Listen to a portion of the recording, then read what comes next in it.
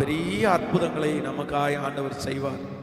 எனக்கு வந்து ஒரு ஒரு ஒரு சம்பவம் ஒன்று வந்து ஒரு ஒரு ஒரு வார்த்தை ஒன்று வந்து எனக்கு ஞாபகம் வந்துச்சு. அப்படின்னா ஒரு இடத்துல வந்து ரொம்ப அழகான ஒரு வார்த்தையை எழுதியிருந்தாங்க. என்ன வார்த்தை அப்படின்னா, அப்பா சொல்றதெல்லாம் சரி, அப்பா சொல்றதுல கண்டிப்பா காரணம் இருக்குது, அப்பா சொன்னா சரியா தான் இருக்கும் அப்படின்னு மகன் நினைக்கிற நேரத்துல எங்க அப்பா சொல்றதெல்லாம் சரியில்லை அப்படின்னு சொல்றதற்கு அவனுக்கு ஒரு மகன் பிறப்பான்.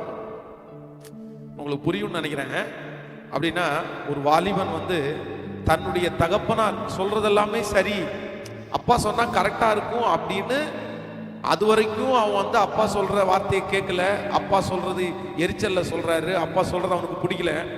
ஆனா என்னைக்கு ஒரு நாள் அப்பா சொல்றதெல்லாம் கரெக்ட் தான் அப்படின்னு அவன் சொல்றானோ, அன்னைக்கு அவன் சொல்றதெல்லாம் தப்பு அப்படின்னு சொல்றதற்கு இன்னொருத்தர் பூமியில அவன் கூடயே பிறந்துடுறாங்க. அவனுக்கு ஒரு மகன் பிறந்தான்னா அவன் வந்து அப்பா சொல்ற தப்புன்னு சொல்லிடுவான்.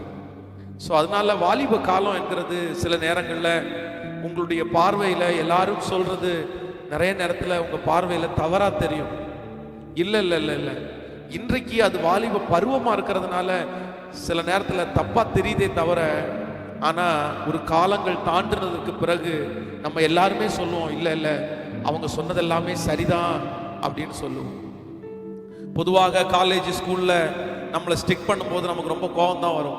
என்ன இவங்க இப்படி பண்ணிட்டு இருக்காங்க, தேவையில்லாம என்ன பண்ணிட்டு இருக்காங்க. நான் சொல்றேன், இல்லை இல்லை இல்லை, அவங்களுக்கு தேவையில்லாம பண்றது இல்லை, அவங்களுக்கு உங்களை அடிச்சு உங்களை திட்டி உங்களை கண்டிஷன் பண்ணி எந்த பிரயோஜனமுமே கிடையாது. ஆனா உண்மையிலே சொல்ல போனா அவங்க ஒரு நாள் அப்படிப்பட்ட சூழ்நிலையில கடந்து வரும்போது அவங்கள திட்டுறதை அவங்க கேட்டுக்க கூட மாட்டாங்க. அந்த நிலைமை வரக்கூடாதுன்ற ஒரு காரணத்திற்காக சில நேரத்தில் அவங்க நம்மளை கண்டிப்பாங்க. ஆனா ஆண்டவருடைய பிள்ளைகள், இந்த சத்தத்தை கேட்கிற ஆண்டவருடைய பிள்ளைகள் வந்து நீங்க தயவு செய்து இந்த வார்த்தைகள் எல்லாம் நீங்க கேட்டீங்கன்னா ரொம்ப பிளெஸிங்கா இருக்கும் அப்படின்னு நான் நம்புறேன். இன்றைக்கு விசேஷமாக நம்ம வந்து இந்த பின்மாற்றத்தை குறித்து நம்ம இன்னைக்கு பேசுறதற்காக உங்களுக்கு வந்து ஏற்கனவே இந்த போஸ்ட் எல்லாம் பண்ணியிருந்தோம். 3 காரியத்தை 3 நாட்களும் உங்களோடு கூட பேசுறேன். Back sliding. முதலாவது நாள் பின்மாற்றத்தை கண்டுபிடிக்கிறது. நீங்கள் பின்மாற்றத்தில் இருக்கிறீர்களா? அந்த ஃபர்ஸ்ட் டே வந்து முதலாவது நாள் பின்மாற்றத்தில் நீங்க இருக்கிறீங்களான்றதை எப்படி கண்டுபிடிக்கிறது அப்படின்றத குறிச்சும், 2வது நாள் பின்மாற்றத்தினுடைய விளைவுகள் அப்படின்னு சொல்லியும், 3வது நாள் வந்து இந்த பின்மாற்றத்திலிருந்து எப்படி வெளியே வருகிறது என்கிறதை குறித்து உங்களோடு பேசுவேன் என்று ஏற்கனவே உங்களுக்கு நிறைய போஸ்ட் எல்லாம் பண்ணியிருந்தோம். அதை குறித்து தான் இன்றைக்கு நான் பேச போகிறேன். ஒரு தேவனுடைய பிள்ளையினுடைய வாழ்க்கையில, ஸ்பெஷலா ஒரு யூத்தினுடைய வாழ்க்கையில இந்த சத்தியம் ரொம்ப தேவையான ஒரு சத்தியம். இந்த பின்மாற்றத்தை பொறுத்த அளவுல ஒரு தேவனுடைய பிள்ளை தான் பின்மாற்றத்தில் இருக்கிறேனா அப்படின்றத வந்து தோல்வியில வந்து கண்டிப்பா வந்து நீங்க கணக்கு போட முடியாது. ஐயோ நான் வந்து ஃபர்ஸ்ட் ரொம்ப ஜெயிச்சுட்டே இருந்தேன், நிறைய வின் பண்ணிட்டே இருந்தேன், ஆனா இப்போ நிறைய தோற்று போறேன், ஸோ அதனால நான் பின்மாற்றத்தில் இருக்கிறேன் அப்படின்னு தோல்வியை வச்சு ஒரு தேவனுடைய பிள்ளைய பின்மாற்றத்தை கணிக்கவே முடியாது. சில நேரங்களிலே நீங்கள் வெற்றியாக வாழ்வீர்கள், நீங்கள் செய்கிறதெல்லாம் வெற்றியாய் தான் நடக்கும். உங்களுடைய பதவி உங்களை விட்டு போகாது, உங்க பணம் உங்களை விட்டு போகாது, உங்களுடைய புகழ்ச்சி உங்களை விட்டு போகாது, எல்லாமே இருக்கும். ஆனா எல்லாமே இருந்தும் ஒரு மனுஷன் பின்மாற்றத்துல வாழ முடியும். பொதுவாக சிலர் என்ன நினைக்கிறாங்க அப்படின்னா, பின்மாற்றம் அப்படின்றது வந்து தோல்வி வந்துச்சுன்னா அவன் பின்மாற்றத்தில் இருக்கிறான். நம்மவே பொதுவாக யாரையாவது ஒருத்தர் வந்து ஜாம் பண்ண வரும்போது அவனுடைய வாழ்க்கை வந்து இப்படி இருக்கும்போது, சார் இந்த மாதிரி ஃபெயிலியர் ஆகிட்டேன், இந்த மாதிரி போயிடுச்சு, இந்த மாதிரி பொதுவாகவே வந்து நான் இந்த பிரசங்கம் பண்ணிட்டு இருக்கும்போதே ஆரம்பிக்கும் போதே ஒரு வாலிப தம்பி வந்தார். வந்த உடனே, பாஸ்டர் இந்த மாதிரி செல்ஃபோனு ஒன்று வாங்கினேன், அந்த செல்ஃபோன் கீழே விழுந்து உடஞ்சி போயிடுச்சு அப்படின்னு சொன்னார். சொன்ன உடனே நான் அவரை பார்த்து சொன்னேன், ஆமாடா நீ ஏதோ தப்பு பண்ணியிருப்ப, அதனால தானே செல்ஃபோன் உடஞ்சிருச்சுன்னு. ஆமாம் உடனே அந்த தம்பி என்ன சொன்னான், ஆமாம் பாஸ்டர் அதனால தான் அந்த செல்ஃபோன் உடஞ்சுன்னா ஆண்டவர் என்கிட்ட ஏற்கனவே பேசிட்டாரு அப்படின்னு அவர் சொன்னார் இந்த பிரசங்கம். அப்போ பொதுவாக வந்து நம்முடைய வாழ்க்கையில வந்து பின்மாற்றம்ன்றத நம்ம எதுல நம்ம கணிப்போம் அப்படின்னு சொன்னா, ஏதாவது ஒரு தோல்வி வந்துச்சு அப்படின்னா நம்ம கையிட்டு செய்யறதெல்லாம் தோல்வி ஆகுது, நஷ்டமாயிருது அப்படின்னு சொன்ன உடனே நம்ம என்ன நினைக்கிறோம் அப்படின்னா, ஐயோ நம்ம பின்மாற்றத்தில் இருக்கிறோம் அப்படின்னு. நான் சொல்கிறேன், அது ஒரு விதத்துல வந்து அது சரியானதாய் கூட இருக்கலாம். ஏன் அப்படின்னா, ஆண்டவர் உங்களை மாற்ற வேண்டும் என்று நினைத்தால், தூக்கி எடுக்க வேண்டும் என்று நினைக்கும் போது, உங்களுக்கு எச்சரிப்பு கொடுக்கும் போது அந்த மாதிரி சில காரியங்கள் நடக்கும். ஆனா ஒன்று நீங்கள் மறந்து விடக்கூடாது, ஒரு மனுஷன் ஜெயமா இருந்து கொண்டே பின்மாற்றத்தில் இருக்க முடியும். அதை நீங்க மறந்துடக்கூடாது. ஜெயிச்சுட்டே தான் இருப்பான், அவனுக்கு எல்லாமே இருக்கும், ஆனா அவங்க பின்மாற்றத்தில் இருப்பாங்க. அதுல ரொம்ப கவனமா இருக்கணும். இந்த பின்மாற்றத்தினுடைய விளைவை குறித்து நாளைக்கு நான் சொல்லுவேன். அது மிகப்பெரிய விளைவு. பொதுவாக இந்த பின்மாற்றம்ன்றது என்ன என்கிறதை குறித்து வேதத்திலிருந்து சில காரியங்களை உங்களோடு கூட நான் ஆராய்ந்து நான் சொல்ல போறேன். முதலாவதாக நம்பர் 1, ஃபர்ஸ்ட் பின்மாற்றத்தினுடைய அறிகுறி. ஒரு தேவனுடைய பிள்ளை நீங்கள் பின்மாற்றத்தில் இருக்கிறீர்களா என்கிறத எதுல நீங்க செக் பண்ண முடியும்னா, ஒரு வசனத்தை வேதத்தை திறந்து நான் வாசிக்கிறதற்கு நான் விரும்புகிறேன். எல்லாருமே வெளிப்படுத்தின விசேஷத்தை எடுத்துக்கொள்ளுங்கள். வெளிப்படுத்தின விசேஷம் 2ஆம் அதிகாரத்தில் 4வது 5வது வசனத்தை நம்ம வாசிக்க போகிறோம். வெளிப்படுத்தின விசேஷம் 2வது அதிகாரம் 4வது 5வது வசனத்தை வாசிக்கும் போது, ஆனாலும் நீ ஆதியிலே கொண்டிருந்த அன்பை விட்டாய் என்று உன் பேரில் எனக்கு குறை உண்டு. ஆகையால் நீ இன்ன நிலைமையிலிருந்து விழுந்தாய் என்பதை நினைத்து மனம் திரும்பி ஆதியிலே செய்த கிரியைகளை செய்வாயாக. இல்லாவிட்டால் நான் சீக்கிரமாய் உன்னிடத்தில் வந்து நீ மனம் திரும்பாத பட்சத்தில் உன் விளக்கு தண்டை அதனிடத்திலிருந்து நீக்கி போடுவேன். நல்லா கவனிங்க ஆண்டவருடைய பிள்ளைகளே, வாலிப தம்பிங்க தங்கச்சிங்க எல்லாருமே கவனிங்க. நீங்கள் பின்மாற்றத்திலே இருக்கிறீர்களா அப்படின்றத நீங்க ஃபர்ஸ்ட் எதுல செக் பண்ண முடியும் அப்படின்னா, இங்கே வேதம் சொல்கிறது, நீ ஆதியிலே கொண்டிருந்த அன்பை விட்டாய் என்று உன் பேரில் எனக்கு ஒரு குறை உண்டு. நீ ஆதியிலே செய்த ஊழியத்தை விட்டாய் அப்படின்னு ஆண்டவர் சொல்லல. நீ ஆதியிலே கீபோர்டு வாசிச்சுட்டு இருந்த இப்ப கீபோர்டு வாசிக்கல அப்படின்னு சொல்லல. நீ ஃபர்ஸ்ட் பாடிட்டு இருந்த இப்ப பாடுறது இல்லை அப்படின்னு ஆண்டவர் சொல்லல. நீ ஃபர்ஸ்ட் சர்ச்செல்லாம் கிளீன் பண்ணிட்டு இருந்த இப்ப சர்ச்சை கிளீன் பண்றது இல்லை ஆண்டவர் அதெல்லாம் சொல்லல. ஆனா ஆண்டவர் அதெல்லாம் சொல்லாம எதை சொல்றாரு அப்படின்னா, எப்பா உன்னுடைய பின்மாற்றத்தினுடைய முதல் படி என்ன அப்படின்னா, நீ ஆதியிலே கொண்டிருந்த அன்பை விட்டாய் என்று உன் பேரில் எனக்கு ஒரு குறை உண்டு. ஸோ நம்பர் 1, முதலாவதாக ஒரு தேவனுடைய பிள்ளை பின்மாற்றத்திலே இருக்கிறீங்களான்றத எதுல நீங்க செக் பண்ண முடியும் அப்படின்னா, நீங்க ஏற்கனவே ஆண்டவரோட எவ்வளவு நெருக்கமா இருந்தீங்களோ. நிறைய பேருக்கு ஆண்டவரோட பேசுகிற ஒரு அனுபவம் இருந்திருக்கும். இரவு நேரங்கள் அதிகமாய் பாடல்களை கேட்டு கேட்டு அப்படியே தூங்குற ஒரு இது இருக்கும். ஆண்டவரோட. ஆனா இப்போ பழையது மாதிரி நான் இல்லை. நான் ஏற்கனவே செய்த எதையுமே நான் இப்ப செய்யலை. ஏற்கனவே செஞ்சது மாதிரி நான் இல்லை. அதனால உங்களுக்கு பாதிப்பு இல்லைன்றதற்காக நீங்க பின்மாற்றத்தில் இல்லைன்னு அர்த்தம் கிடையாது. நீங்க ஏற்கனவே செய்து கொண்டிருந்ததை நீங்கள் செய்யாமல் இருப்பீர்களே, ஆனால் நான் சொல்றேன் நீங்க பின்மாற்றத்தில் தான் இருக்கு. நீங்க பாஸ்டர் நான்லாம் ஃபர்ஸ்ட் ஒரு 1 hour டெய்லி ஜோம் பண்ணிடுவோம் பாஸ்டர், 1/2 hour அழுது ஜோம் பண்ணிடுவோம் பாஸ்டர், நான் பைபிளில் ஒரு அதிகாரம் ஃபுல்லா வாசித்தான் பாஸ்டர் படுப்பேன். இதெல்லாம் ஆண்டவரோட நீங்க ரொம்ப நெருக்கமா இருந்த நேரம்னு வைங்களேன். ஆவிக்குரிய வாழ்க்கையை பொறுத்த அளவில் நீங்க ரொம்ப கவனமா இருங்க. ஆவிக்குரிய வாழ்க்கை என்கிறது நாளுக்கு நாள் கீழே போகிறதுனுடைய பெயர் பின்மாற்றம், நாளுக்கு நாள் வளர்கிறதை குறித்து தான் முன்மாற்றம் என்று வேதம் சொல்லுது. நீங்க ஆவிக்குரிய வாழ்க்கையில படிப்படியா அது வளர்ந்துட்டே போறதுதான் ஆண்டவரோட நெருங்கிட்டு போறது. இப்போ ஆனால் ஏற்கனவே செய்து கொண்டிருந்த ஒரு காரியத்தை நீங்க செய்யாம இருக்கும்போது நீங்க முன்னாடி போகல, நீங்க தேங்கின நிலைமையில கூட இல்லை. நீங்க என்ன ஆயிட்டீங்க அப்படின்னா பேக் ஸ்லைட் ஆயிட்டீங்க.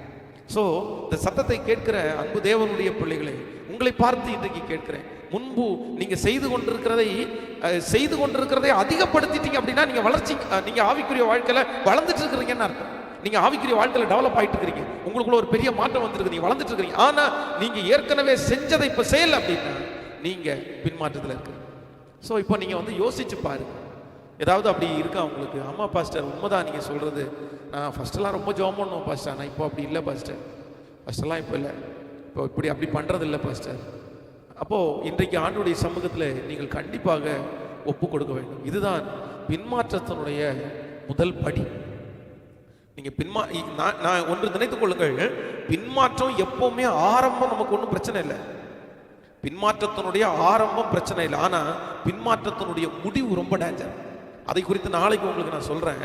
பின்மாற்றத்தினுடைய முடிவு நான் சொல்றேன், ஆரம்பத்திலேயே ஆண்டவருடைய பிள்ளைகள் இன்றைக்கு இந்த சத்தத்தை கேட்கும் போதே, ஆண்டவரே நான் முன்னாடி ஜெபம் பண்ணிட்டு இருந்தேன், அகைன் திரும்ப ஜெபம் பண்ண ஆரம்பிக்கிறேன். முன்னாடி பைபிள் வாசிட்டு இருந்தேன், திரும்ப நான் பைபிள் வாசிக்க ஆரம்பிக்கிறேன். முன்னாடி நான் ஊழியம் செஞ்சுட்டு இருந்தேன், நான் சொல்றேன், ஆட்களுக்காக நீங்கள் வந்து ஊழியத்தை விடுறதோ ஜெபத்தை விடுறதோ, மனுஷனுக்காக ஒரு தேவனுடைய பிள்ளை எதையுமே நிறுத்தக்கூடாது.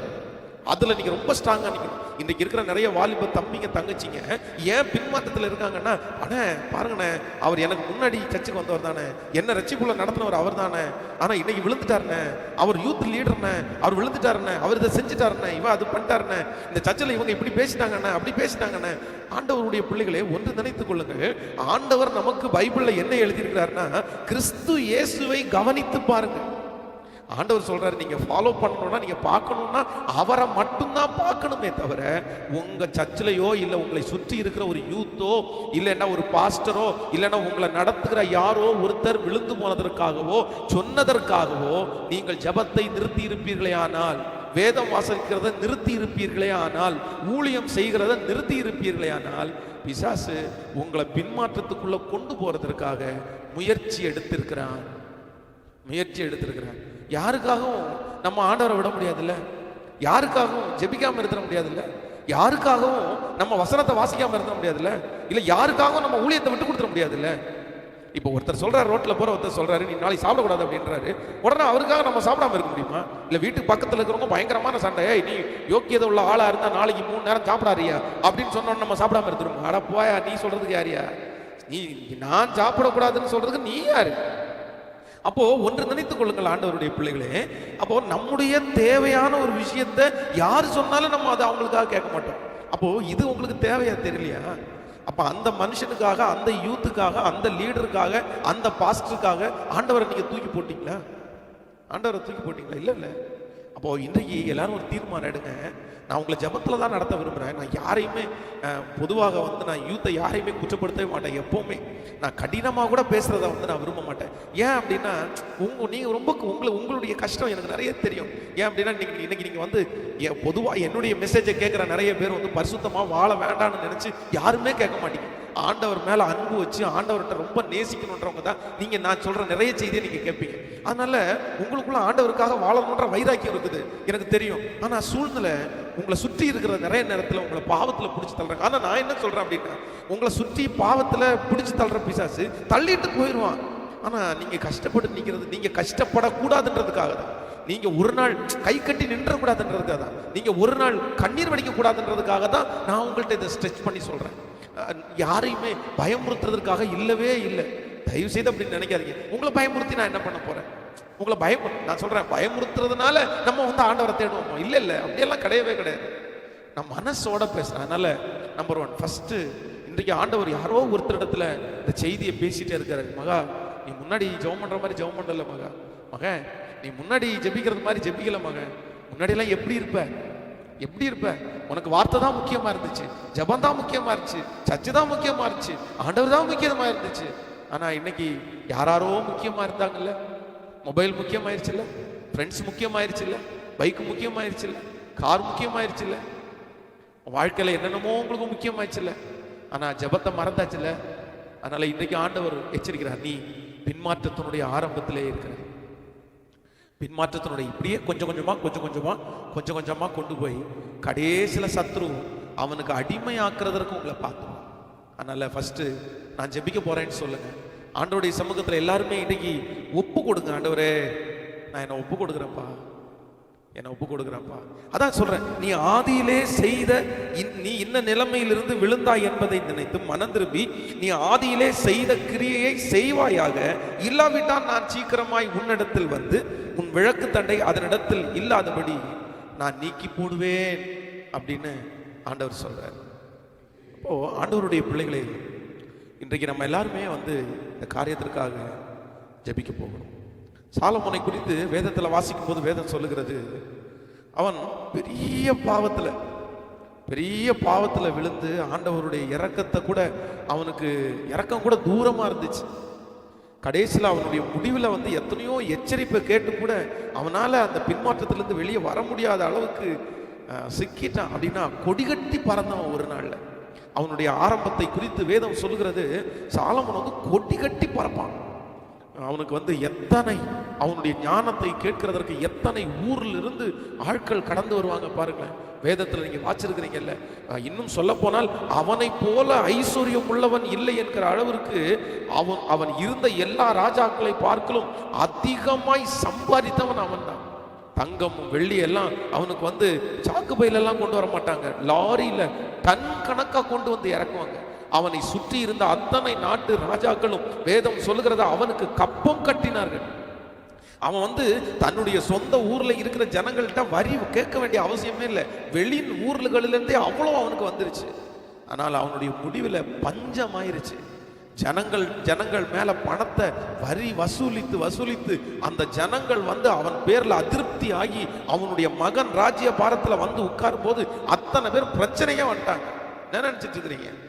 வரியை குறைப்பீங்களா மாட்டீங்களா அப்படின்னு சொல்லி அவங்க மகனிடத்துல போய் ஃபைட் பண்றாங்க. இத்தனைக்கும் நான் சொல்றேன், இதுக்கு வேற எதுவுமே காரணம் இல்லை.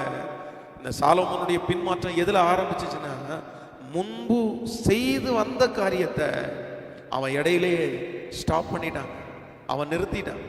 நீங்க வேதத்துல வாசிக்கும் போது வேதம் சொல்லுது, ஆலயத்தை டெடிகேட் பண்ணும்போது அவனை மாறி பலி செலுத்தினவங்க யாருமே கிடையாது.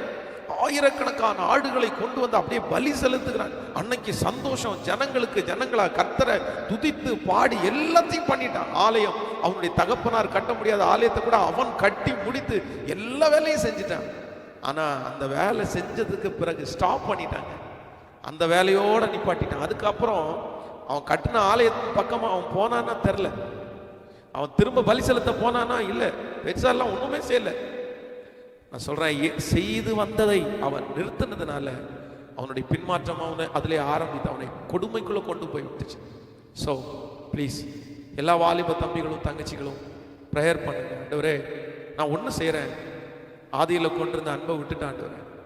நான் ஃபஸ்ட்டு ஜெபிக்கிற மாதிரி ஜெபிக்கல ஏசப்பா, நான் ஃபஸ்ட்டு பைபிள் வாசிக்கிற மாதிரி பைபிள் வாசிக்கலப்பா.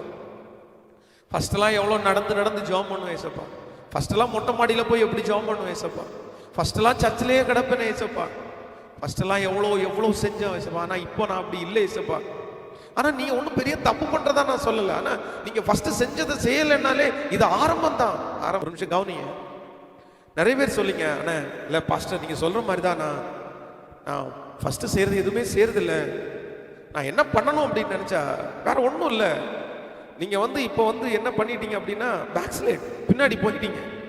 அகைன் நீங்கள் என்ன பண்ணணும் அப்படின்னா நீங்கள் முன்னாடி வரணும். நீங்கள் ஒவ்வொரு நாளும் ஒரு அடி எடுத்து வச்சா போதும், ஒரு அடி எடுத்து வச்சா போதும். நான் சொல்கிறேன், நீங்கள் 3 மணி நேரம் ஜெபிச்சுட்டு இருந்த ஆள் இப்போ 10 நிமிஷம் கூட ஜெபிக்கல அப்படின்னா வேற எதுவுமே இல்லை. நீங்கள் 10 நிமிஷம் ஜெபிக்கிறீங்களா, ஒரு 20 மினிட்ஸை ஜாஸ்தி பண்ணுங்க, ஒரு 20 நிமிஷத்தை ஜாஸ்தி பண்ணுங்க. நாளைக்கு ஒரு 5 நிமிஷத்தை ஜாஸ்தி பண்ணுங்க, ஒரு 5 நிமிஷம் 10 நிமிஷம் அப்படி உங்கள் டைமிங் அதிகப்படுத்திட்டே இருக்கு.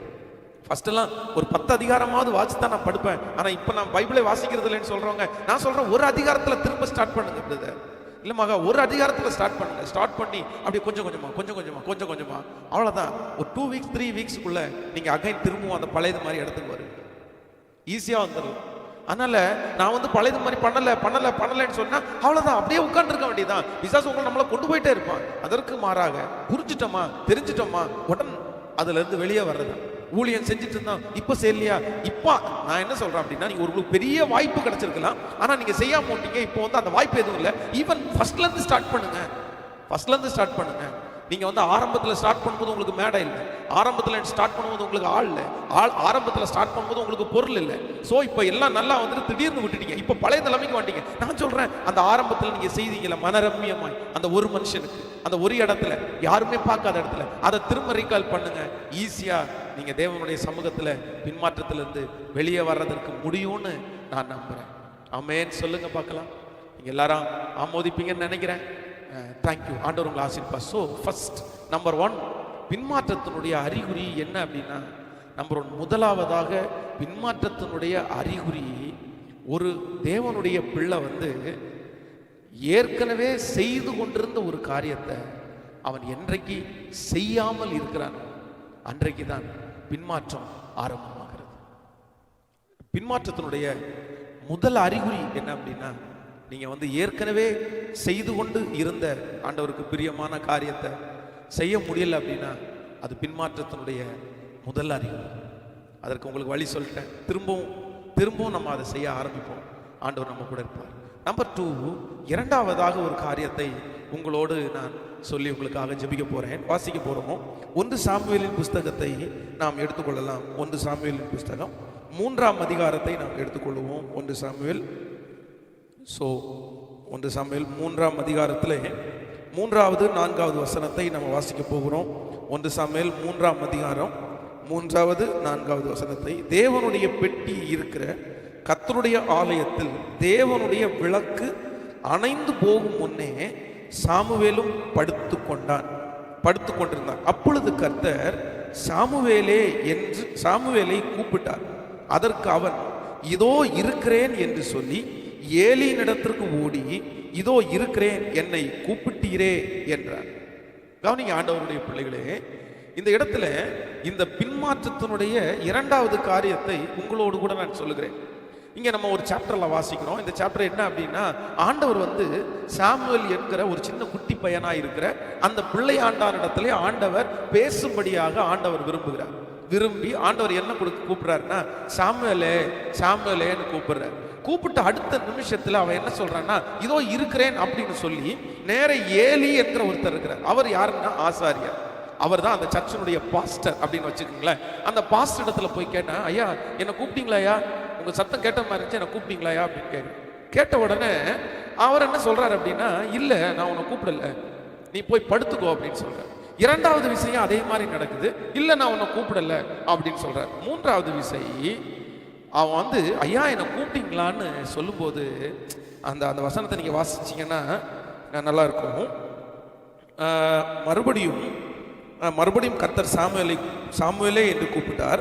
அப்பொழுது சாமுவேல் எழுந்திருந்து ஏலி இடத்திற்கு போய், இதோ இருக்கிறேன், என்னை கூப்பிட்டீரே என்றார். அதற்கு அவர், என் மகனே, நான் உன்னை கூப்பிடவில்லை, திரும்பி போய் படுத்துக்கொள் என்றார். சாமுவேல் கர்த்தரை இன்னும் அறியாதிருந்தான். கர்த்தருடைய வார்த்தை அவனுக்கு இன்னும் வெளிப்படவில்லை. கர்த்தர் மறுபடியும் 3ஆம் விசை சாமுவேலே என்று கூப்பிட்டார். அவன் எழுந்திருந்து ஏலியினிடத்திற்கு போய், இதோ இருக்கிறேன் என்றார். என்னை கூப்பிட்டீரே என்றார். அப்பொழுது கர்த்தர் பிள்ளையாண்டானை கூப்பிடுகிறார் என்று ஏலி அறிந்து, கர்த்தர் பிள்ளையாண்டானை கூப்பிடுகிறார் என்று ஏலி அறிந்து. நன்றாய் கவனிங்கள் ஆண்டவருடைய பிள்ளைகளே, ஏலி எங்க இருக்கிறார் அப்படின்னா ஆலயத்துல தான் இருக்கிறார். ஏலி எங்க தூங்குறார் அப்படின்னா ஆலயத்துல தான் தூங்குறார். இப்போ சாமுவேல் இன்னும் தேவனை அறியவில்லை. ஆனா சாமுவேலேன்னு கூப்பிடும் போது கூப்பிடுறது யாருன்ற அறிவு சாமுவேலுக்கு இல்லை. ஆனா யாருக்கு இருந்துருச்சுன்னா ஏலிக்கு இருந்துருச்சு. ஆனா ஆண்டவர் ஏலியின் இடத்துல பேச விரும்பாம யாரிடத்துல பேசுறாரு அப்படின்னா சாமுவேல் இடத்துல பேசுறார். நம்பர் 2, ஒன்று நினைத்துக் கொள்ளுங்கள், பின்மாற்றத்தினுடைய இரண்டாவது அறிகுறி என்ன அப்படின்னா, ஆண்டவர் உங்கள்கிட்ட பேசுறத நிப்பாட்டுறது தாங்க பின்மாற்றத்தினுடைய அறிகுறி. சர்ச்சில் தான் இருக்கிறாங்க, ஊழியம் செஞ்சுட்டு தான் இருக்கிறாரு. அன்னாளுக்கு தீர்க்க தரிசனம் சொன்னதே இவர் தான். அன்னாளை சமாதானத்தோட போ, உனக்கு பிள்ளை கிடைக்கும்னு சொன்னது இவர் தான். அவர் சொன்ன தீர்க்க தரிசனத்தின்படி அப்படியே நடந்துருச்சு. அவர் சொல்ற ஊழியம் நடக்குது, எல்லாமே பெர்ஃபெக்ட், எல்லாமே சூப்பர். அவருடைய வாயிலிருந்து புறப்பட்ட வார்த்தை அப்படியே நடந்துருச்சு. எல்லாமே நடந்தாலும், ஆனா ஊழியக்காரனா இருந்தாலும் ஆண்டவர் என்ன பண்ணல அப்படின்னா அவங்ககிட்ட பேசுறதற்கு விரும்பவே இல்லை. போய் யார்கிட்ட பேசுறாருன்னா சாமுவேல். இந்த சத்தத்தை கேட்கிற நிறைய பேரு, பாஸ்டர் ஆண்டவருடைய வார்த்தையை நேருக்கு நேர் கேட்டவன் நான், பைபிளை திறந்தாலே அப்படியே ஏசப்பா பேசுற மாதிரியே இருக்கும் பாஸ்டர். நான் என்ன சூழ்நிலையோட போறனோ அன்னைக்கு கரெக்டா பைபிள் அந்த மாதிரி பேசுவாங்க. என்ன தப்பு பண்ணனோ அன்னைக்கு சர்ச்சில் அந்த மாதிரி பேசுவாங்க. ஆனா இப்ப கொஞ்ச காலமா நம்ம நிறைய பேருடைய வாழ்க்கையில ஆண்டவர் எதை ஸ்டாப் பண்ணிட்டார் அப்படின்னா பேசுறத நிப்பாட்டிட்டார். நான் அடிக்கடி சொல்லுவேன், உங்க வாழ்க்கையில இருக்கிறதுலே மிக கொடுமை என்ன அப்படின்னா ஆண்டவர் உங்கள்கிட்ட பேசுறத நிப்பாட்டுறதாங்க கொடுமை. சர்ச்சில் 1000 பேர் உட்கார்ந்துருப்பாங்க, 1000 பேருக்கு சத்தியம் போயிட்டே இருக்கும், 1000 பேருக்கு ஒவ்வொரு விதமா ஆண்டவர் பேசுவார். ஒருத்தன் ஒரு விஷயம், தேவனுடைய ஊழியக்காரர் பேசும்போது ஒருத்தர் ஒரு பக்கத்துல உட்கார்ந்து ஒரு விஷயத்துக்காக அழுவார், இன்னொருத்தர் இன்னொரு விஷயத்துக்காக அழுவார். 10 பக்கமும் 10 பேர் ஒரே செய்தியை கேட்டு 10 விதத்தை யோசிச்சு அழுவாங்க. ஆனா ஒரே ஒருத்தர் மட்டும் உட்காந்து செல்போன் நோண்டிட்டுப்பாங்க. ஒரே ஒருத்தர் உட்காந்து சர்ச்சில் வந்து எஸ்எம்எஸ் அனுப்பிட்டுப்பாங்க. ஒரே ஒருத்தருக்கு ஒண்ணுமே புரியாது. ஒரே ஒருத்தருக்கு மண்டல எதுவுமே ஏறாது. நான் என்ன நம்புறேன் அப்படின்னா, ஆண்டவர் பேசுறத நிப்பாட்டிட்டாரோ அப்படின்னு நான் ஃபீல் பண்றேன். அதே மெசேஜ இன்னொருத்தர் கேட்டு அழுறாங்க. ஆனா உங்க கண்ணுல கண்ணீர் வரலையா? உங்க கண்ணுல கண்ணீர் வரல, உங்களால அழ முடியல, உங்களால ஜெபிக்க முடியல. சோ அப்போ அவங்கள்ட்ட ஆண்டவர் அந்த வார்த்தையினால பேசுறாரு. உங்கள்கிட்ட பேசுற உங்களுக்கு நிறைய பேருக்கு களியாட்டா இருக்குது. முன்னாடி நின்று பாஸ்டர் பிரசங்கம் பண்ணும்போது நிறைய பேர் இமிட்டேட் பண்ணி சிரிச்சிட்டு இருக்காங்க. அவர் பாரு இந்த வார்த்தை சொல்லுவாரு, அவர் பாரு இந்த வார்த்தை சொல்லுவாரு, இல்லைன்னா அவர் ட்ரெஸ் எல்லாத்தையும் பார்த்து. ஏன் அப்படின்னா, அதே செய்தி அவர் பேசுறாரு, அதே ட்ரெஸ்ஸோட தான் பேசுறாரு, அதே ஸ்டைல்ல பேசுறாரு. ஒருத்தன் மனம் திரும்புறான், இன்னொருத்தன் கிண்டல் பண்றான். அப்ப நான் என்ன சொல்றேன் அப்படின்னா, ஒருத்தனிடத்துல ஆண்டவர் பேசுறாரு, இன்னொருத்தனிடத்துல ஆண்டவர் பேசவே இல்லை. பிரதர் சிஸ்டர், ரொம்ப கவனமா இருப்பாங்க. நீங்க தப்பு பண்ணும்போது ஆண்டவர் உங்கள்கிட்ட பேசுறதாங்க உங்களுக்கு இருக்கிறதுல மிகப்பெரிய ஆசீர்வாதம். ஆனா இன்னைக்கு இருக்கிற நிறைய உபதேசங்கள் கூட மாறிடுச்சு. என்ன தெரியுமா? எல்லாருக்கும் ரொம்ப ஈஸி பண்ணி விட்டாங்க. அதான் எல்லாத்துக்கும் ஆண்டவர் நீ செஞ்ச பாவத்தையும் மன்னிச்சிட்டாரு, நீ செய்ய போற பாவத்தையும் மன்னிச்சிட்டாரு அப்படின்னு சொல்லிட்ட உடனே நிறைய பேரு தப்பு பண்ணும்போது அவங்க மனசாட்சி நிறைய பேருக்கு குத்துறது கூட இல்லை. அதான் மன்னிச்சிட்டாரு, அதான் நம்முடைய பாவத்துக்காக எல்லாம் மன்னிச்சிட்டாரு அப்படின்னு நிறைய பேர் ஈஸியா எடுத்துக்கிறாங்க. நான் சொல்றேன், இல்ல நீங்க தப்பு பண்ணும்போது மனசாட்சியில குத்தப்படாம இருக்கிறதே உங்களுக்கு கொடுக்குற மிகப்பெரிய பனிஷ்மெண்ட் தான். என்ன பொறுத்தளவுல நான் என்ன சொல்லுவேன் அப்படின்னா, என் கூட ஆண்டவர் இருக்கிறார் அப்படின்றத நான் எதுல நிரூபிப்பேன் அப்படின்னா, ஒண்ணுல மட்டும்தான் நிரூபிப்பேன். என் கூட ஆண்டவர் இருக்கிறத நான் ஒரு சிறு தவறு பண்ணும்போது கூட உடனே என் மனசாட்சி ஐயோ ஐயோ ஐயோ அப்படின்னு உறுத்துது அப்படின்னா கர்த்தர் என் கூட இருக்கிறார். ஸோ நம்பர் 2, இரண்டாவது ஒரு தீர்மானத்தை மட்டும் நீங்கள் வைத்துக் கொள்ளுங்கள். ஆண்டவர் என் கூட பேசுறதை நிப்பாட்டிட்டாரு, நீங்க சொல்றது உண்மைதானே, இல்லை உண்மைதான் பாஸ்டர் அப்படின்னா, இன்றைக்கு ஆண்டவருடைய சமூகத்தில் எல்லாரும் ஒப்பு கொடுங்க. நான் சொல்றேன், இன்னைக்கு ஒருவேளை ஆண்டவர் உங்கள்கிட்ட பேசிட்டு இருக்கிறாரு. ஆண்டவருடைய பேச்சை தவிர மனுஷனுடைய பேச்சு உங்களுக்கு வந்து பெருசா இருந்துச்சுன்னா அந்த மனுஷன் உங்களோட ரொம்ப நாள் பேசிட்டு இருக்க போறது இல்லை. அது உண்மை. நிறைய பேருடைய இருதயத்துல ஆண்டவர் ஏன் பேசாததற்கு காரணம் என்ன அப்படின்னா, நிறைய பேருடைய இருதயமே கல்லாயிருச்சு. அப்படியே நிறைய தம்பிங்களுடைய இருதயம் கல்லா இருக்குது, நிறைய தங்கச்சிங்களுடைய இருதயம் கல்லா இருக்குது. உள்ள போகல, அந்த கல்லான இருதயத்துக்குள்ள போக மாட்டேங்குது. நான் சொல்றேன், உங்க இருதயம் எப்போ உடையும்? நான் தேவனே, நொறுங்குண்டதும் நறுங்குண்டதுமான இருதயத்தை புறக்கணி.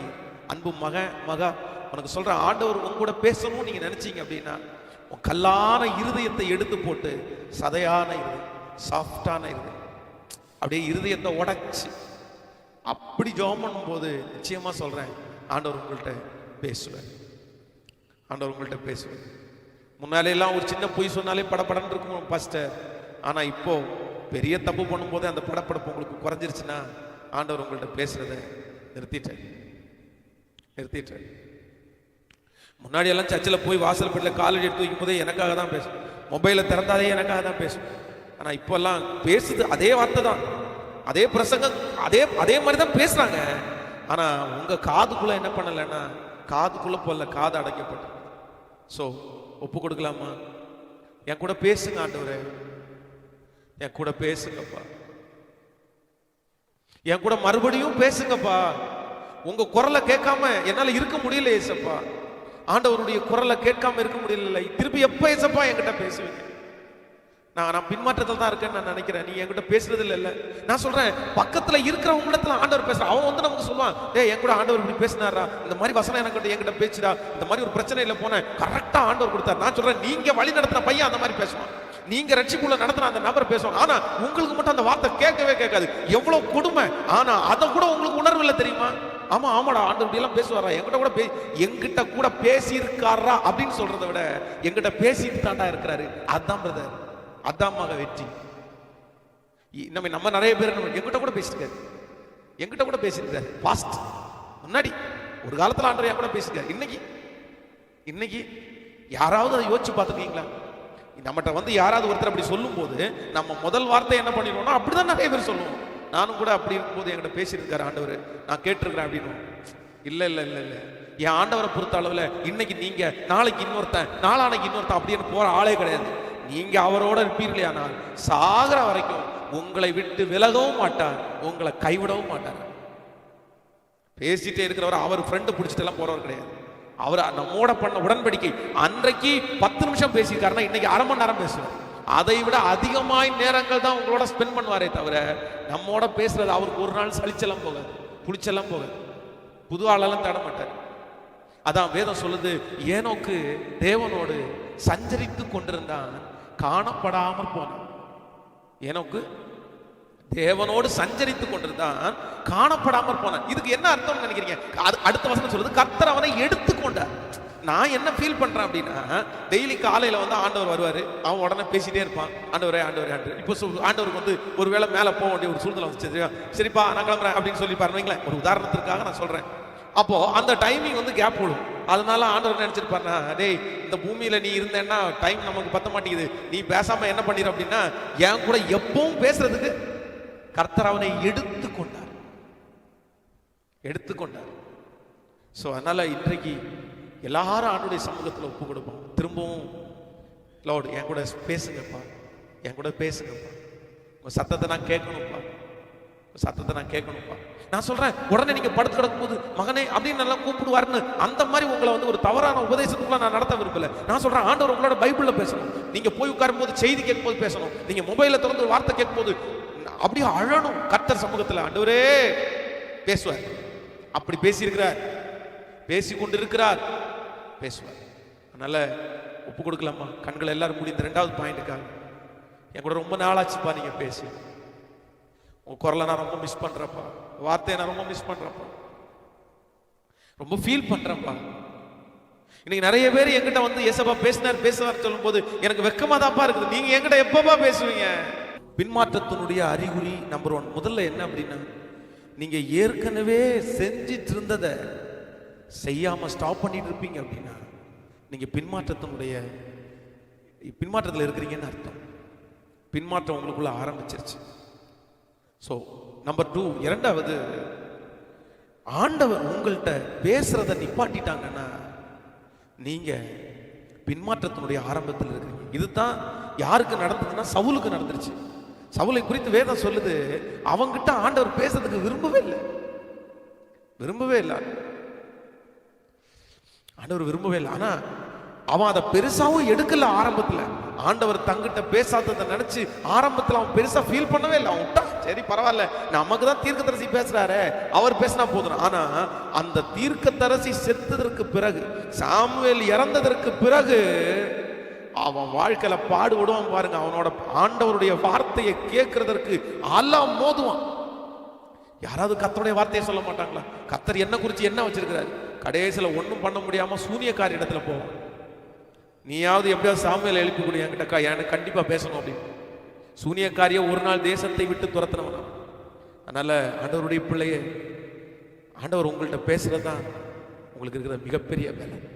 ஸோ நம்பர் 3, 3வது, ஒரு தேவனுடைய பிள்ளையினுடைய பின்மாற்றம் எதுல ஆரம்பிக்குது, இல்லை நீங்க பின்மாற்றத்துல இருக்கிறீங்களா அப்படின்றதுக்கு நீங்க ஒரு வசனத்தை நம்ம வாசிக்க போகிறோம். நியாயாதிபதிகள் 14ஆம் அதிகாரத்துல, நியாயாதிபதிகள் 14ஆம் அதிகாரத்துல 6வது வசனத்தை முதல்ல வாசிக்கிறேன். அப்பொழுது கர்த்தருடைய ஆவி அவன் மேல் பலமாய் இறங்கினதினால் அவன் தன் கையில் ஒன்றும் இல்லாதிருந்தும் அதை ஒரு ஆட்டுக்குட்டியை கிழித்து போடுகிறது போல் கிழித்து போட்டான். ஆனாலும் தான் செய்ததை அவன் தன் தாய் தகப்பனுக்கு அறிவிக்கவில்லை.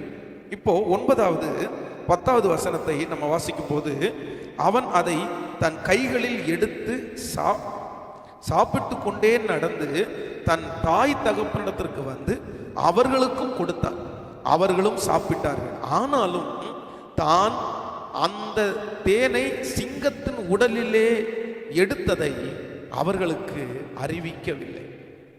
கவனிங்க ஆண்டவருடைய பிள்ளைகளே, இந்த சம்பவம் உங்களுக்கு தெரியும் அப்படின்னு நினைக்கிறேன். என்ன அப்படின்னா, இந்த சிம்சோனுடைய வாழ்க்கையில இவன் செய்கிற பராக்கிரமத்திலே மிகப்பெரிய பராக்கிரமம் என்ன பராக்கிரமம் அப்படின்னா, இந்த சிங்கத்தினுடைய வாயை கிழிக்கிறது. இப்போ அவனுடைய அப்பாவும் அவனுடைய ஃபேமிலி போயிட்டு இருக்கிறாங்க. திடீர்னு மறைஞ்சு போகும்போது ஒரு சிங்கம் வருது. எந்த ஆயுதமும் இல்லாம தன்னுடைய கைனால கிழிச்சு போடுறான். திரும்பி அவன் ரிட்டன் வந்து பார்க்கும்போது அந்த சிங்கத்தினுடைய பிரேதத்தை பார்க்கறான். அது செத்து போய் கிடக்குது. ஆனா அது செத்து போய் கிடக்கிற அந்த எலும்பு கூடுக்குள்ள பாத்தீங்க அப்படின்னா தேன் கூடு கட்டி தேன் இருக்குது. அதை கையை உள்ள விட்டு அந்த தேனை வெளியே எடுத்து அவன் குடிக்கிறான். குடிச்சிட்டு யாருக்கும் கொடுக்குறான் அப்படின்னா அவங்க அம்மா அப்பாவும் கொடுத்துட்டான். ஆனா அதுல தெளிவா இந்த 2 வசனத்திலையும் வேதம் சொல்லும், ஆனாலும் அவன் அதை தன் தகப்பன் தாய்க்கு அறிவிக்கவே இல்லை, தெரிவிக்கவே இல்லை. அந்த தேனை எங்கிருந்து எடுத்தேன்னு அவங்க அம்மா அப்பாவுக்கு அவன் சொல்லலையா, மறைச்சிட்டான். ஏன் மறைக்கணும்? அது நல்லதானே. சிங்கத்தை கொண்டது என்ன பெரிய தப்பா? இல்ல சிங்கத்துக்கு அதுக்குள்ள இந்த தேனை எடுத்துட்டு வந்து என்ன மறைக்கிறதுக்கு என்ன இருக்குது? இது என்ன பெரிய தப்பா? ஒண்ணுமே இல்லையே. இல்ல இது தப்பு தான். ஏன் அப்படின்னா ஆண்டவர் வந்து இந்த சிம்சோனுக்கு கொடுத்திருக்கிற வரம் என்ன வரம் அப்படின்னா நசரேய விருத வரம். நசரேய விருதத்திலே இருக்கிற ஒரு மனுஷன் பிரேதத்துக்கு முன்னாடி அவன் போகக்கூடாது, பிரேதத்தை அவன் தொடக்கூடாது.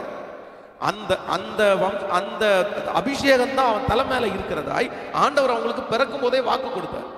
இப்போ நம்ம ஒருவேளை அப்படி சொன்னால் அம்மா அப்பா திட்டிடுவாங்க நினைச்சாங்களோ, இல்ல நீ நசரேனப்பா நீ இப்படி பண்ணக்கூடாதுப்பா அப்படின்னு சொல்லுவாங்களா, என்னன்னு நினைச்சான்னு தெரியல.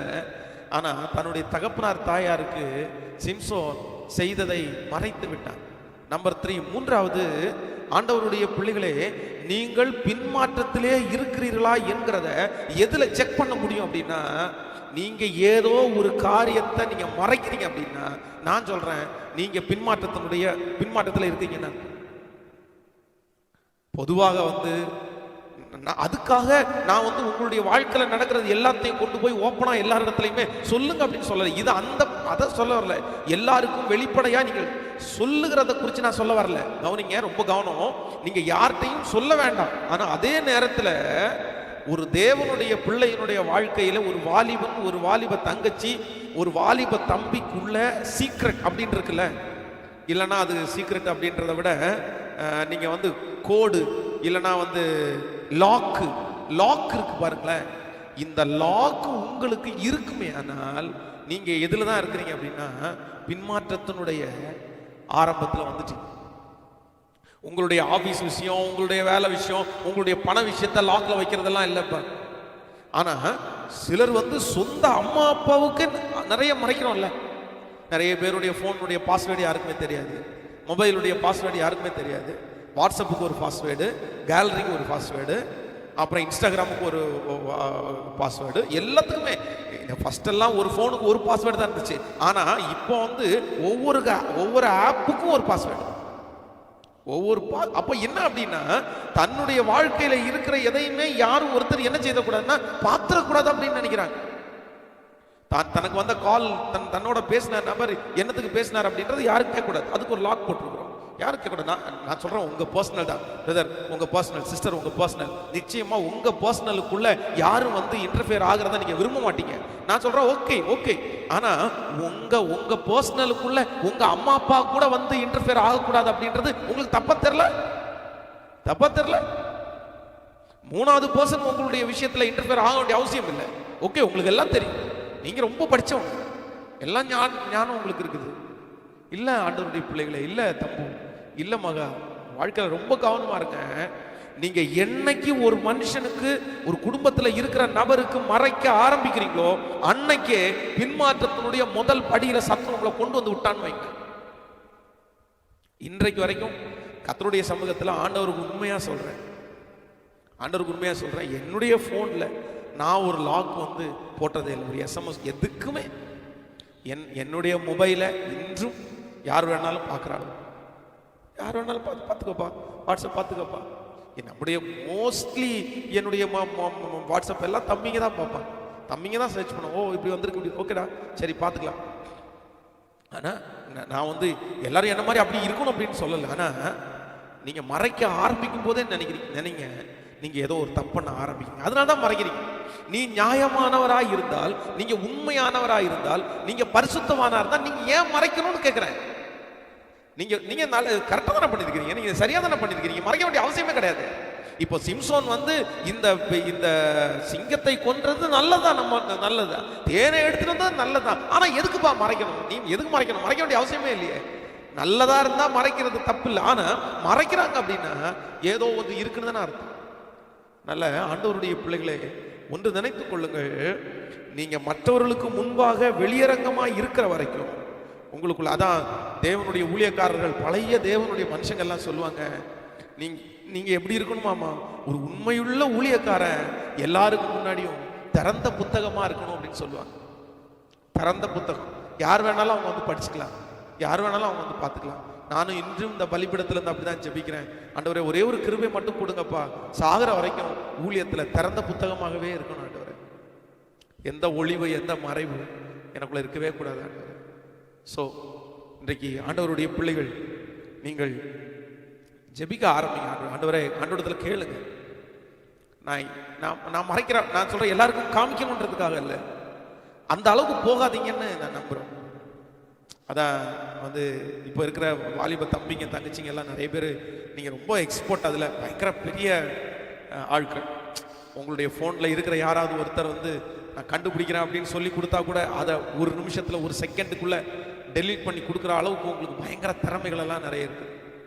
நான் சொல்கிறேன், அடிக்கடி நான் சொல்கிறது தான், நீங்கள் எல்லாருடைய கண்ணையும் மறைச்சாலும் ஆண்டவருடைய கண்ணை யாரும் மறைக்கலாம் முடியாது, மறைக்கலாம் முடியாது. உங்கள் ஹிஸ்ட்ரியை நீங்கள் டெலீட் பண்ணுறதுனால எந்த பிரயோஜனமும் இல்லை, எந்த பிரயோஜனமும் இல்லை. ஆண்டவருடைய கரத்தில் இருக்கோம்ல. அதில் இன்றைக்கு நம்பர் 3, மூன்றாவது பின்மாற்றத்தினுடைய ஆரம்பம் என்ன அப்படின்னா, இப்போ பாருங்களேன், எப்பவுமே வீட்டுக்குள்ள அம்மா அப்பாவுக்கு முன்னாடி பேசிட்டு இருக்கிற, ஃபோனில் பேசிட்டு இருக்கிற ஒரு பிள்ளை இல்லை ஒரு தம்பி திடீர்னு அந்த ஃபோனை எடுத்துட்டு அவன் மொட்டை மாடிக்கு போறான் அப்படின்னா ராங் இல்லப்பா. இல்ல, நான் மொட்டை மாடிக்கு போய் எங்க அக்கா கிட்ட தான் பேசுறேன், எங்க தங்கச்சிட்ட தான் பேசுறேன், எங்க அங்கிள்கிட்ட தான் பேசுறேன். ஏன் அந்த அங்கிள்கிட்ட பேசுறது வந்து உங்க வீட்டுல உங்க அம்மா அப்பாவுக்கு முன்னாடி உட்கார்ந்து பேசினா என்ன தப்பு? அங்கிள்கிட்ட தானே பேசுறீங்க, அது சரியான உறவு தானே, அது தவறான உறவு இல்ல. அக்காள்கிட்ட தானே பேசுறீங்க, அக்கா உறவு என்ன தப்பான உறவா? இல்ல இல்ல, பேசலாமே. ஆனா இல்ல, நிறைய பேர் அப்படி இல்லை. அப்போ நான் என்ன சொல்றேன்னா, மறைக்கிற எல்லாத்துக்குமே கண்டிப்பா என்ன இருக்கு அப்படின்னா, உள்ளுக்குள்ள ஒரு தடுமாற்றம் இருக்கு. நீங்க மற்றவங்களுக்கு தெரியக்கூடாது அப்படின்னு, மற்றவங்களுக்குன்னா தேர்ட் பர்சனை சொல்லல, உங்க கூட இருக்கிற உங்க அம்மா அப்பாவுக்கே தெரியக்கூடாதுன்னு நினைக்கிறீங்கன்னா அதுல நீங்க வந்து சரியா இல்லைன்னு அர்த்தம். உங்க அம்மா திடீர்னு உங்களுக்கு ஃபோன் கேட்குறாங்க, உங்க அப்பா திடீர்னு ஃபோன் கேட்குறாங்க, கேட்ட உடனே தாங்கம்மா அப்படின்னு கொடுக்கறது ஒரு ஒரு ஒரு ஜென்ட். ஆனா கேட்ட உடனே ஒரு நிமிஷம் இருங்கம்மா அப்படின்னு சொல்லிட்டு இந்த டெலீட் பண்ணுவாங்க பாருங்க, மொத்தத்தை டெலீட் பண்ணி கொடுத்துருவாங்க பாருங்க. அப்போ நான் என்ன நம்புறேன் அப்படின்னா, உங்களுக்குள்ள என்ன இல்லைன்னா உண்மை தான். ஒரு நாள் நான் வந்து வெளியூர்ல இருந்து ஃப்ளைட்ல வந்துட்டு இருந்தேன். வந்துட்டு இருக்கும்போது ஒரு ஆச்சரியமான ஒரு காரியத்தை பார்த்தேன். எனக்கு முன்னாடி சீட்ல உட்காந்து ஒருத்தங்க ஃபோன் நோண்டது எல்லாமே எனக்கு அந்த சந்து வழி எல்லாமே தெரிஞ்சிருச்சு. அவன் நான் பார்த்துட்டே இருக்கும்போது ஃப்ளைட்டில் ஏறுனதுலேருந்து அவங்க வந்து அது 3000 வரைக்கும் ஃபுல்லாக சேட் பண்ணிகிட்டே இருந்தாங்க. எல்லாத்தையுமே சேட் பண்ணிட்டு ஃபோட்டோலாம் அனுப்பிட்டு அப்படி இருந்தாங்க, வச்சுட்டாங்க. அப்புறம் வந்து இப்போது ஏறக்குறைய ஃப்ளைட் லேண்ட் ஆக போகுது. அந்த லேண்ட் ஆகிற அந்த நேரத்தில் அதே போல் அந்த ஃபோனை எடுத்து ஒன்றொன்னா பார்த்து delete delete delete, photo delete, message delete, எல்லாத்தையும் டெலிட் பண்ணி அந்த பைக்குள்ளே எடுத்து வச்சுட்டு அந்த கேர்ள் வந்து அந்த இவங்க வந்து இறங்கி போனாங்க. அப்போது இறங்கி போகும்போது அவங்க அப்பாவுக்கு அந்த ஃபோனில், டேடி நான் வந்துட்டேன், இறங்கிட்டேன், நீங்கள் வந்துட்டீங்களா அப்படின்ட்டு போகிறத நான் பார்த்தேன். அப்போது அவங்க வந்து டெலிட் பண்ணுறாங்க அப்படின்னா அவங்க அம்மா அப்பாவுக்கு தெரிய வேண்டாம்னு நினைக்கிறேன். நான் சொல்கிறேன், ஆண்டவருடைய பிள்ளைகளுக்கு சொல்கிறேன், ஆண்டவருடைய பிள்ளைகளே, நீங்கள் வந்து மறைக்காத வரைக்கும் நீங்கள் அந்த தப்பை செய்யலை. 10 பேருக்கு முன்னாடி வச்சு கூட அந்த காரியத்தை உங்களால செய்ய முடியும் அப்படின்னா நீங்க வந்து நல்லா, நீங்க வந்து தவறானவங்க கிடையாது. ஆனா அந்த காரியத்தை 10 பேருக்கு முன்னாடி வச்சு செய்ய முடியல அப்படின்னா நீங்க செய்யறது தப்புதான், தப்புதான். ஸோ ஒப்பு கொடுப்போம், ஆண்டவருடைய சமூகத்தில் சொல்லுவோம், ஆண்டவரே ஒரே ஒரு கிருபை மட்டும் பாருங்க, நான் சாகிற வரைக்கும் எல்லாருக்கும் முன்னாடி திறந்த புத்தகமா இப்படி இருந்துட்டீங்கன்னா உங்களை பாவம் வந்து தொடர்றதுக்கு வாய்ப்பே இல்லை. கண்களை மூடலாமா? இந்த பாயிண்ட்டுக்கு ஆண்டவருடைய சமூகத்தில் சொல்லலாமா? ஆண்டவரே என்மேல் இரக்கமாயிரும். முதலாவதாக பின்மாற்றத்தினுடைய அறிகுறி என்ன அப்படின்னா, ஃபர்ஸ்ட் நீங்க ஏற்கனவே செய்து கொண்டிருந்ததை நிறுத்துகிறது தான் பின்மாற்றத்தினுடைய முதல் படி. நம்பர் 2, பின்மாற்றத்தினுடைய படி இரண்டாவது என்னன்னா, ஆண்டவர் உங்களிடத்துல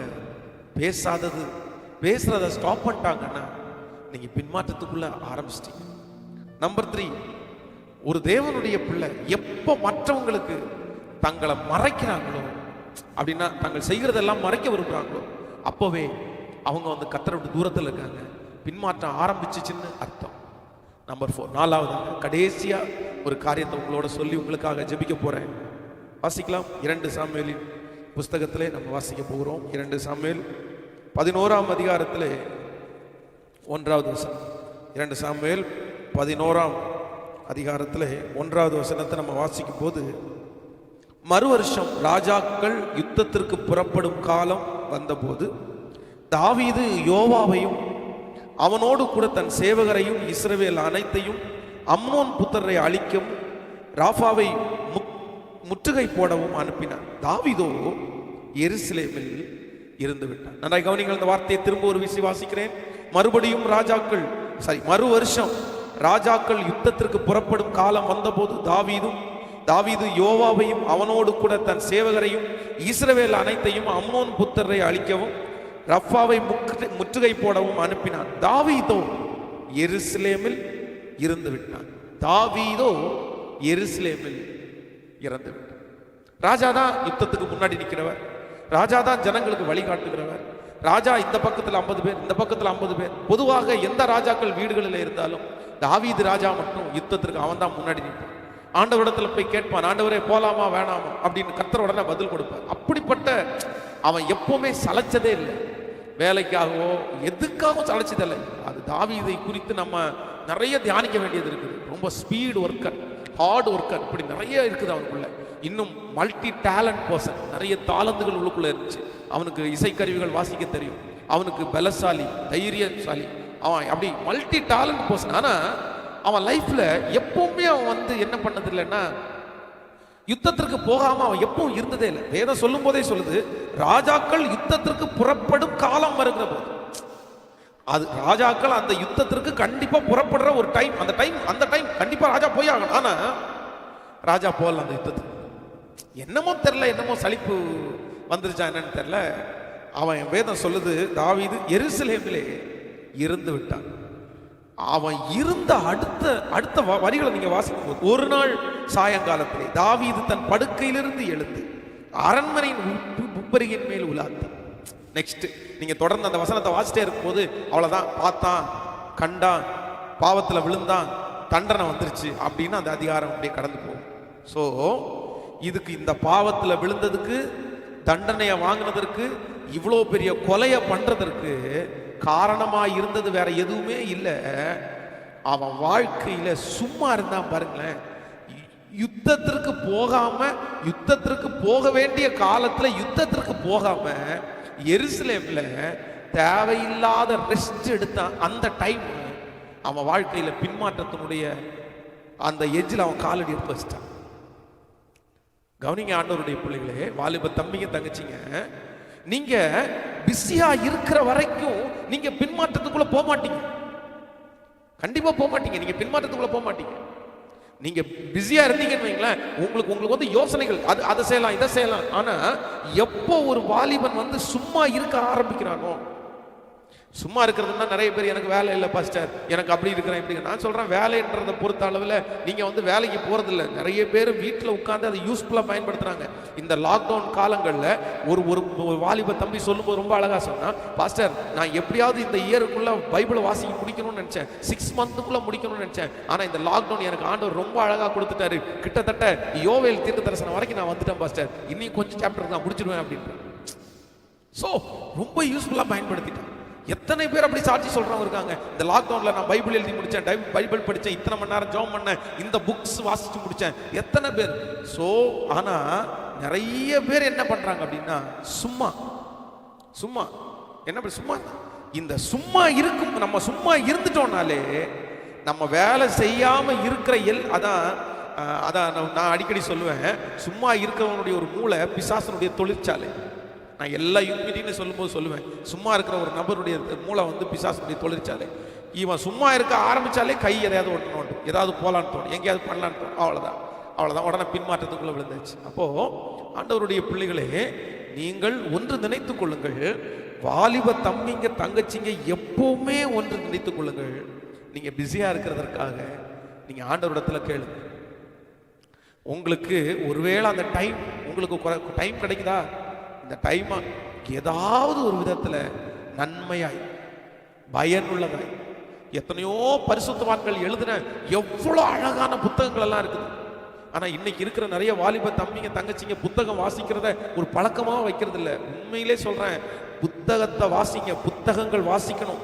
அப்பதான் உங்களுக்கு ஆவிக்குரிய அறிவு நிறைய பெறும். பைபிள் வாசிக்கணும். அதே தவிர பரிசுத்தவான்கள் எழுதின நல்ல நல்ல புத்தகங்களை கண்டிப்பா நீங்க வாசிக்கணும். புக் படிக்கிறது ஒரு நல்ல பழக்கம், நல்ல பழக்கம். ஆண்டவரே சொல்லும் போது எழுது எழுது. ஸோ ஆண்டவர் அதை ரொம்ப மெயின் பண்றாரு.